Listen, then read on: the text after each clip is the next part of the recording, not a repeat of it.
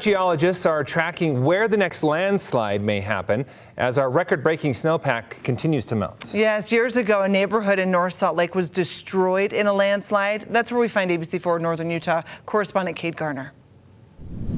I am standing inside the headscar of a landslide that started decades ago.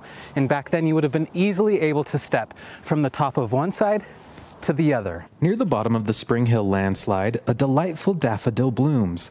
But it's a dim reminder of a disastrous past. At the headscarp of the landslide, that's what that big fissure is.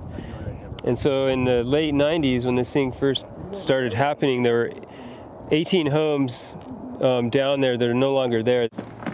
Utah Geological Survey lead geologist Greg McDonald explains the history of a North Salt Lake neighborhood that disappeared. Some of them were damaged in '98 pretty significantly, but it took many years for the rest of them to become damaged enough that they eventually the whole neighborhood had to be demolished. The slow-moving landslide grew more than 700 feet wide and 300 feet long. The former neighborhood is now Spring Hill Geologic Park. The last thing you want to see is your home falling down.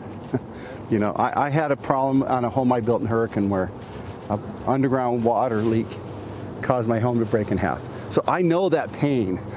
I've lived through that. State geologist Bill Keach says there are 100 landslide areas they actively monitor in Utah, with a handful of new ones, like one in Mountain Green over the weekend, being added to their list this spring. We're trying to keep an eye on that and actively map where people are. Keach says they share their information with lawmakers as a way to hopefully prevent homes from being built in dangerous areas.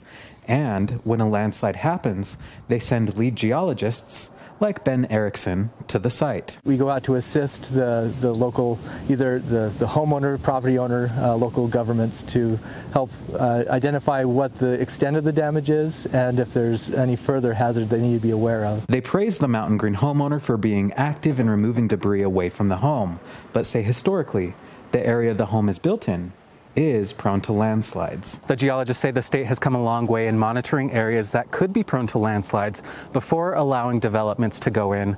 But they say as the population continues to grow, we've continued to push our limits and get closer to those areas that could be dangerous for homes. Reporting from North Salt Lake, Kate Garner, ABC4 News.